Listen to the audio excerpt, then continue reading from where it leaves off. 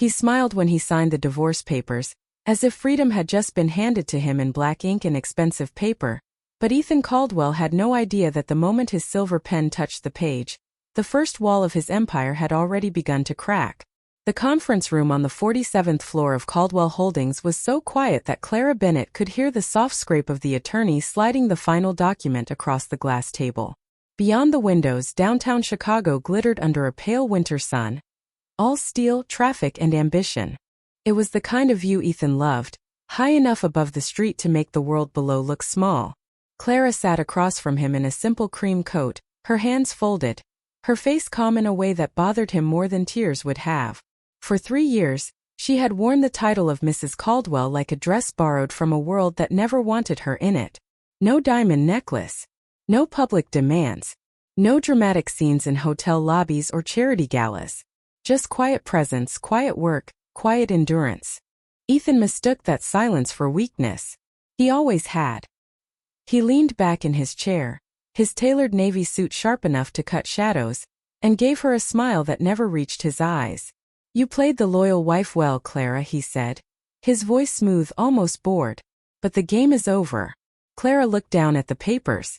His signature sat there, bold and confident, the same signature that had approved billion-dollar developments, luxury towers, waterfront resorts, and layoffs he never personally explained.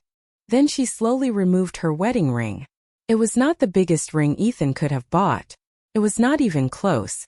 A thin gold band, chosen in a rush 3 years ago because the contract required a ceremony by Friday.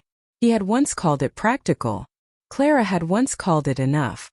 She placed it on top of the divorce papers and pushed it toward him with 2 fingers. The small sound of metal touching paper made the attorney glance up. Ethan's smile tightened. "That is it?" he asked. "No speech? No last attempt to convince me I am making a terrible mistake?" Clara finally met his eyes. They were tired but not broken. "No, Ethan," she said softly. "You will understand that without my help." For the first time, something moved behind his expression. Irritation, maybe. Or the faint sting of not being chased. The attorney cleared his throat and began gathering the documents, but before he could stand, Ethan's phone lit up beside his hand. Then it lit again. And again. 3 messages in less than 10 seconds. Ethan ignored the first one. He wanted Clara to see how little she mattered now. He wanted the room to feel like a clean ending. But the 4th vibration made the water in his glass tremble. He looked down. Emergency board meeting. Now. His thumb shifted. The next message opened by accident. The Mercer deal collapsed. His jaw hardened. Another message followed, this one from his chief financial officer. "They are asking for Clara. Not you." Across the table, Clara stood and buttoned her coat. She did not smile. She did not celebrate. She simply picked up her worn leather notebook from the chair beside her. The black one Ethan had seen for years and never cared enough to ask about. For a second, his eyes dropped to it. Something cold passed through him, thin as a draft under a locked door. Clara walked toward the exit, her heels quiet against the marble floor. At the door she paused, not turning all the way back. "You once told me everything has a price, Ethan," she said. "Today you find out what arrogance costs." Then she left, and the door clicked shut behind her. Only then did Ethan Caldwell, billionaire, husband no more, look down at the ring on the papers and realize his hand was no longer steady. 3 years earlier, Clara Bennett had walked into Caldwell Holdings through the employee entrance on a rainy Monday morning, carrying a canvas tote bag, a folder of references, and the kind of hope people carry when they cannot afford to lose. She was 26 then, wearing a thrift store blazer that was half an inch too wide in the shoulders and flats polished so many times the leather had started to fade. The lobby above her rose 40 stories in glass and stone, with a chandelier that looked like frozen sunlight, but Clara did not look up for long. She had learned early that staring at beautiful things only reminded you how far away they were.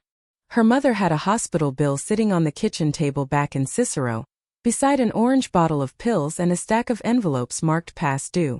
Clara needed this temporary assistant job to become permanent. She needed health insurance.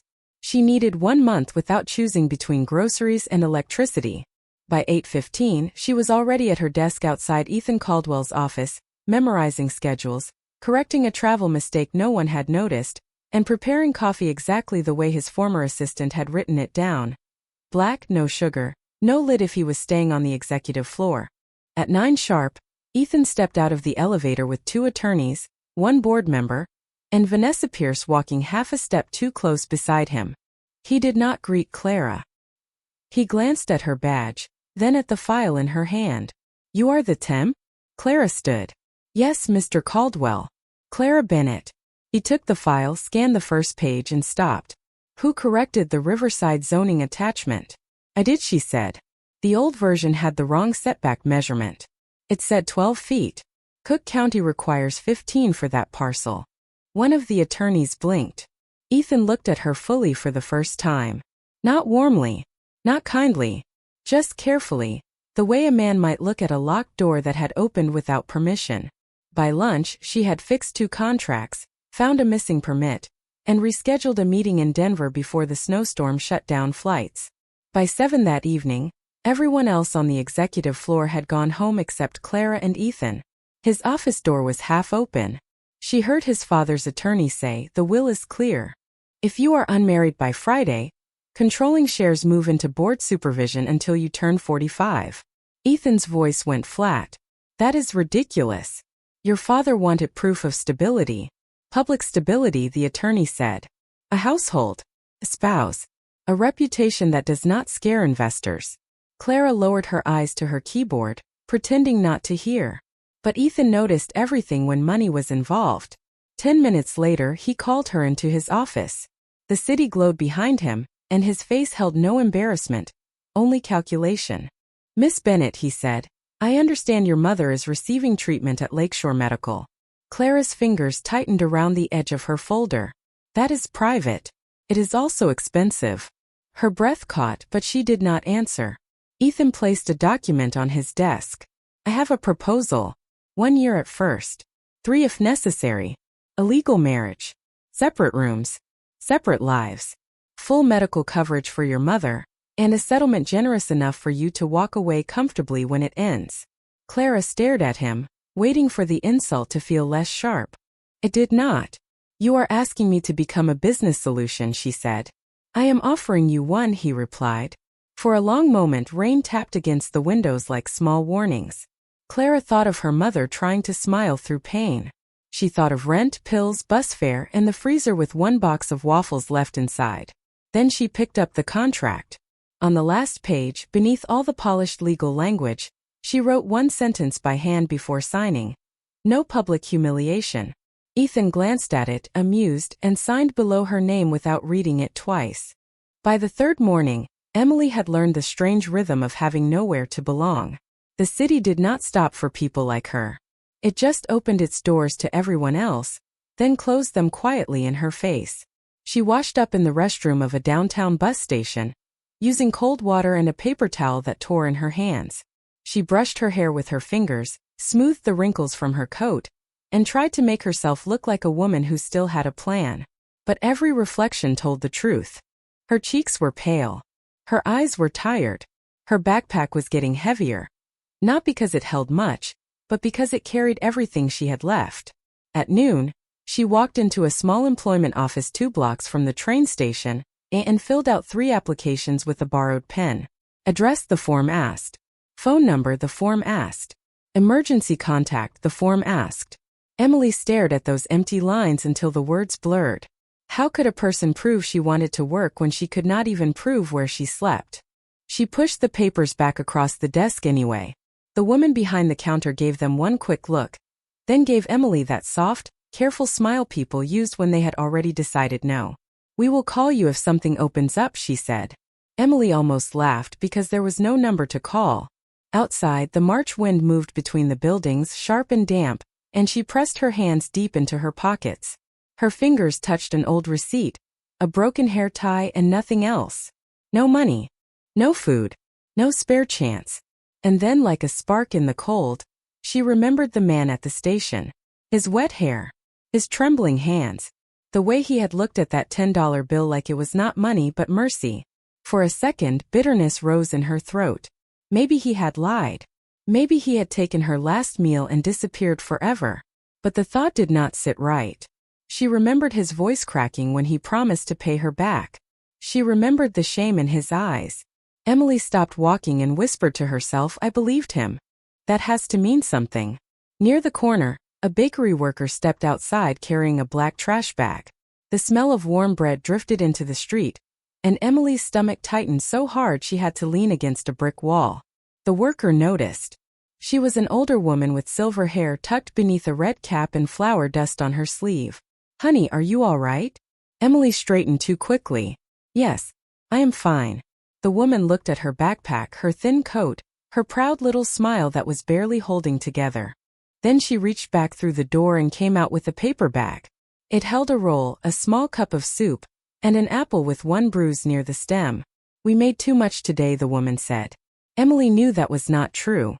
Her eyes burned, but she took the bag with both hands. Thank you. What is your name? Ruth, the woman said. And yours? Emily. Ruth nodded toward a church basement across the street, where a handwritten sign read Community Supper, 5 o'clock. Go there tonight, Emily. Ask for Carol. Tell her Ruth sent you. Emily looked at the sign, then back at the woman. I do not want to take from people who have less than me. Ruth's face softened. Sweetheart, needing help does not make you less. Just makes you human. Those words followed Emily for the rest of the afternoon. She ate the soup slowly on a bench beneath a bare maple tree, saving half the roll for later. In her pocket, her fingers kept searching for the $10 bill that was no longer there, as if her body had not accepted the loss yet. But something else had taken its place. A name. Ruth. A direction. Carol. A door that might open at 5 o'clock. As the sky dimmed and office lights began glowing above the street, Emily crossed toward the church basement with her backpack tight against her shoulder. She did not know that every step was carrying her closer to the same stranger she thought she would never see again. By 5 o'clock, the church basement smelled like tomato soup, old wood, and coffee that had been warming too long. Emily stood at the bottom of the stairs with one hand on the railing, listening to the low murmur of voices behind the double doors. For a moment, pride tried to pull her back outside.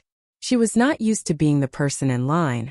She was used to being the one who worked double shifts, paid late but still paid, smiled even when customers looked through her.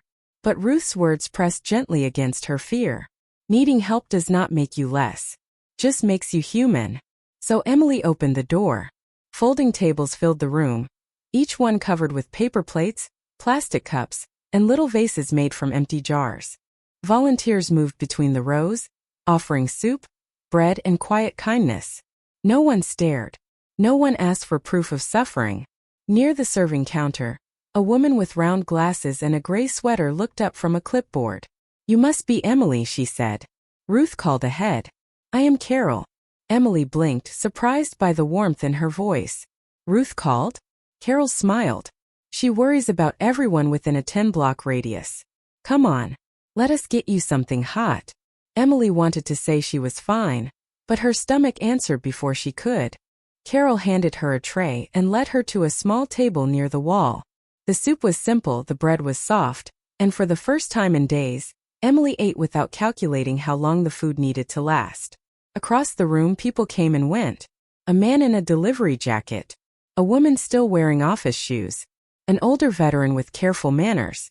A college student pretending not to cry into his napkin. Emily watched them and felt something loosen inside her. She was not the only one carrying a life that had cracked. After dinner, Carol returned with a second cup of coffee. We also have a resource table upstairs. Job postings, shelter contacts, prepaid phone programs. Nothing fancy, but it is a start. Emily wrapped both hands around the cup. A start sounded almost too generous. Thank you, she whispered. Then the room shifted. Not loudly. Not dramatically. Just a slight hush near the entrance, as if a new presence had changed the air. Emily looked up. A man in a navy overcoat stepped through the doorway, his dark hair neatly combed, his shoes polished but wet from the rain outside. He carried himself with quiet certainty, but there was no arrogance in his face. He spoke to Carol first, low and respectful, then turned to help unload boxes from a volunteer's cart. Canned vegetables, blankets, hygiene kits. Emily only glanced once, then looked away. People with coats like that did not belong in rooms like this, unless they were donors who stayed just long enough to feel generous. But then he laughed softly at something Carol said, rolled up his sleeves, and began stacking supplies like he had done it 100 times before. He did not pose for pictures. He did not check who was watching. He simply worked. Emily felt a strange pull of curiosity. Something about the angle of his face stirred a memory, but she pushed it away. The man from the train station had been soaked, unshaven, and shaking from cold. This man looked like he had stepped out of an office tower 30 stories high. Still, when he lifted one box and turned toward the room, their eyes met. The coffee cup paused halfway to Emily's lips. His expression changed first. A flicker of recognition, then shock, then something softer, almost painful. He set the box down slowly. Emily's breath caught. No, could not be. He took one step toward her, then stopped as if afraid she might run. Emily, he said, and her name in his voice brought the train station back all at once. The rain, the platform, the last $10 leaving her hand. She stood so quickly her chair scraped the floor. You, she whispered. The room seemed to fade around them. He looked cleaner, stronger, impossible to place in the same memory, but the eyes were the same. Tired blue. Honest. Carrying a promise he had not forgotten. I have been looking for you, he said. Emily stared at him, her heart beating too fast. Looking for me? He reached into the inside pocket of his coat and took out a carefully folded plastic sleeve. Inside was a crumpled $10 bill, flattened and protected like something valuable. I came back to the station the next morning, he said quietly. You were gone. I asked every attendant, every coffee vendor, every security desk. No one knew where you went. Emily looked at the bill, then at him, confusion rising with something dangerously close to hope. Who are you? The man swallowed, and for the first time, he looked less like someone powerful and more like someone ashamed. My name is David Carter, he said. And I owe you the truth. David Carter. The name landed between them like a door opening to a room Emily had never been allowed to enter. She had seen that name before, not on a person but on headlines, glass buildings, charity banners, and polished commercials that played on silent televisions in waiting rooms. Carter Foundation. Carter Housing Initiative. Carter Tech Labs. Her hand tightened around the back of the chair. You are that David Carter? She asked. He lowered his eyes for half a second, then nodded. Yes. Emily let out a small breath that was almost a laugh, but there was no humor in it. So what was the train station? Some kind of experiment? The words came out sharper than she meant, and a few people nearby turned their heads before politely looking away. David accepted it without flinching. Not the way it looked. I was not there to humiliate anyone. I was there because I needed to understand what our programs were missing. Emily stared at him. By pretending to be broke? By asking strangers for money? His jaw tightened, not in anger but in guilt. I know how that sounds. I had spent years signing checks from boardrooms, listening to reports about hunger, transportation gaps, job access, emergency aid. But numbers made everything too clean. I wanted to see what happened when someone needed $10 right now, not after a form, not after an appointment, not after being told to come back on Monday. Emily looked at the protected bill in his hand. And I was the answer? No, David said softly. You were the person who reminded me that dignity cannot wait for office hours. Something in his voice quieted her, but it did not erase the hurt. She thought of the interview she had missed, the rented room she had lost, the cold bench, the empty pocket. That $10 was all I had, she said. I know, he whispered. Not that day. But I know now. Carol stepped closer, her expression careful. Emily, David has supported this kitchen for years. He comes without cameras. He stocks the pantry before storms. That does not mean you have to trust him. It only means he is not here to play with your pain. Emily swallowed hard. Trust felt expensive. More expensive than rent. More expensive than food. David slid the plastic sleeve onto the table but did not push it toward her, as if even returning it required permission. I kept it because I did not want to spend the first honest gift I had received in years. Emily looked at him, then really looked. Beneath the tailored coat and clean shave, there was something worn down in him too. Not poverty, not hunger, but loneliness. The kind that money could hide, not heal. Why were you really out there? She asked. David glanced around the room, then back at her. My mother used to take me to shelters when I was a kid. She said if I ever became powerful, I had to stay close enough to need that I could still hear it breathing. After she died, I built everything too fast. Offices, funds, programs. But I stopped listening. So once a month I go out without my name, without my wallet, without protection from reality. Most people ignore me. Some judge me. You gave me your last $10 and told me to get home safe. His voice thinned at the end. Emily lowered herself back into the chair.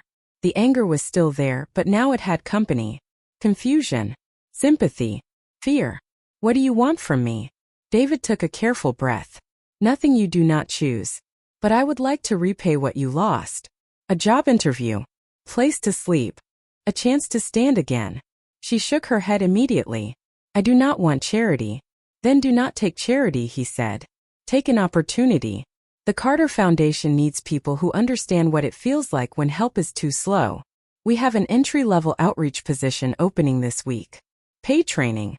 Temporary housing for the first month. A phone. Transportation card. You would earn everything after that. Emily's eyes burned before she could stop them. It sounded too perfect, and perfect things frightened her. I have no degree. I have no address. I was sleeping outside yesterday. David's answer came gently. That is exactly why your voice matters.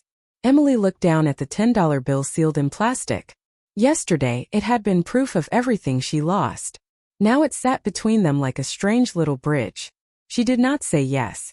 Not yet. But when Carol placed a clean application beside her coffee, Emily did not push it away.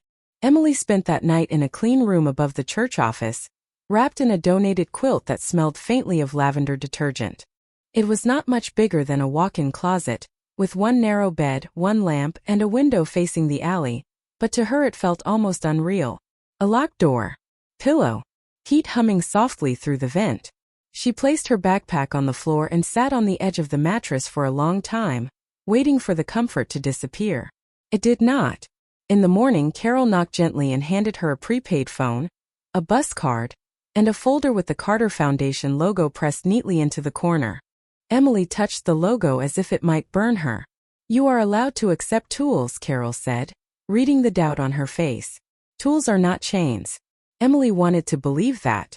At 9 o'clock, a foundation driver took her downtown, not in a limousine, not in anything flashy, but in a simple gray sedan that smelled like rain and peppermint gum. The Carter Foundation office stood on the lower floors of a glass building near the river. Emily looked up through the windshield and felt smaller with every story of windows. People like her cleaned buildings like this. They did not usually walk through the front doors with their name on a visitor badge.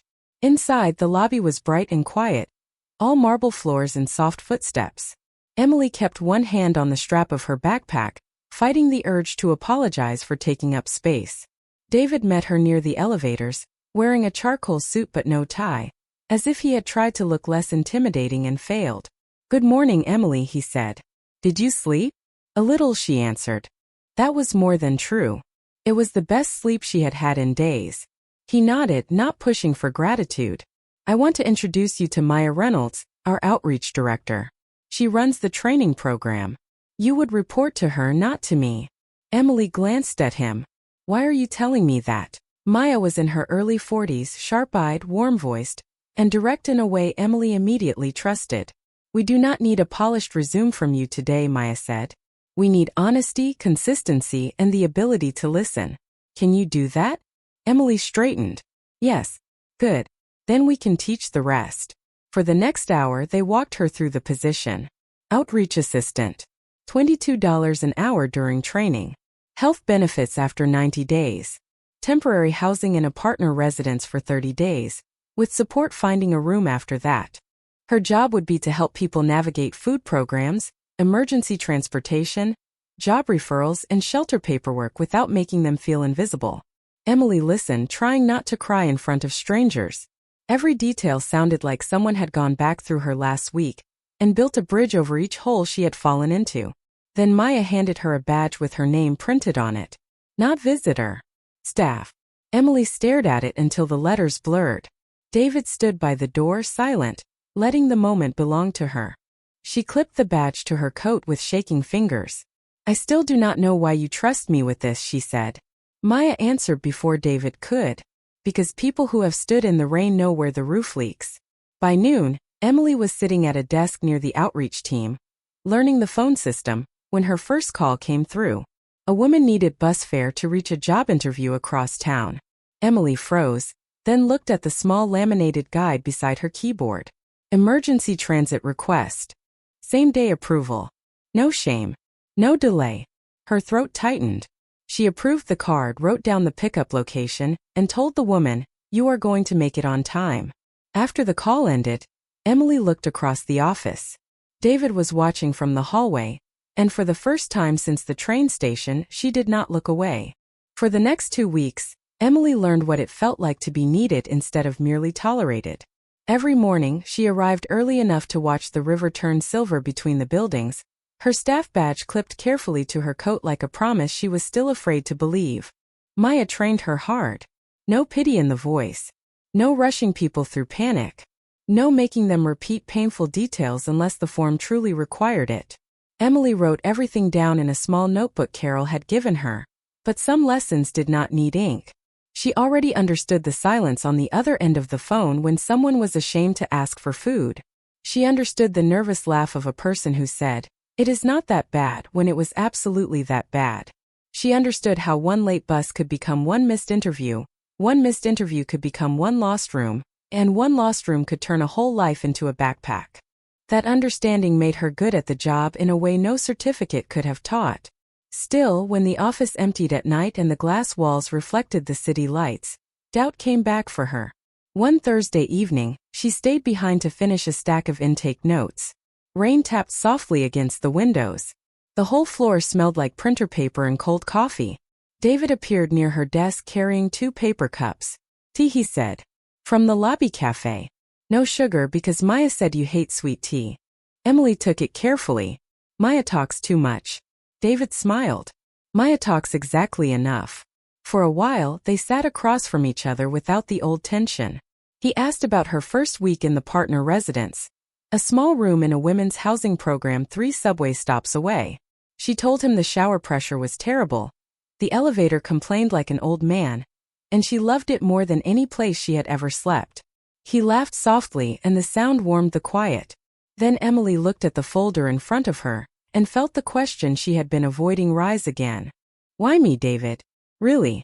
There are thousands of people who need help. You could have hired anyone." David's smile faded. He leaned back, turning the cup slowly between his hands.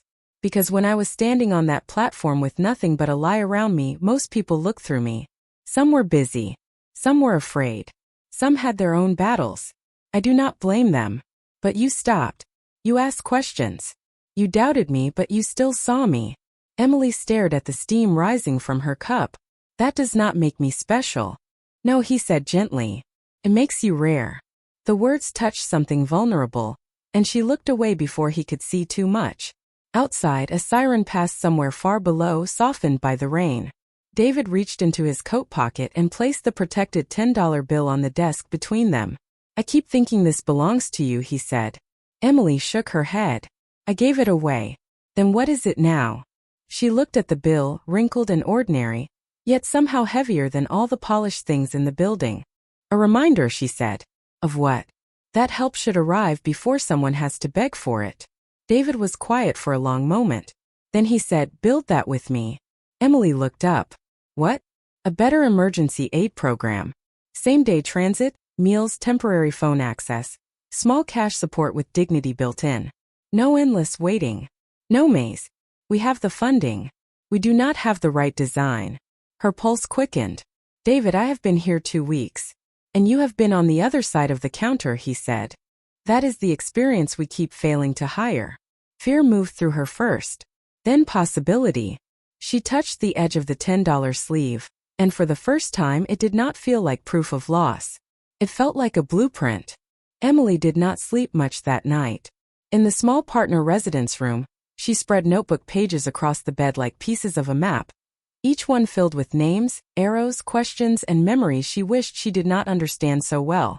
What happens when someone loses a phone? What happens when a shelter has beds but no bus route nearby? What happens when a job interview starts at 8 in the morning, but the first assistant's office opens at 9? By sunrise, the program had a name written in blue ink at the top of the page. Open hands. Not open files. Not open cases. Open hands. When she showed Maya, the outreach director went quiet for a long moment, reading every line twice. Then she looked at Emily and said, "This is not an idea. This is a missing door." Within a month, that missing door became real. The Carter Foundation converted a small room near the church basement into the first open hands desk. There was no thick glass window, no numbered tickets, no cold sign telling people to wait outside. There was a coffee pot, 2 chairs, a phone charger basket, transit cards, grocery vouchers, and a simple rule Emily wrote herself. Help first. Paperwork second. On the first morning, a line formed before the doors opened. Emily stood behind the desk with her badge clipped straight and her heart pounding hard enough to hear. David stood across the room, helping Carol stack supply boxes, careful not to make the launch about him. But Emily felt his presence anyway, steady as a wall behind her. The first person through the door was a warehouse worker whose paycheck had been delayed. He needed $12.50 to get across town for his shift. The old system would have asked for proof, review, approval, and patience he did not have. Emily handed him a transit card in under 3 minutes and said, "Go keep your job.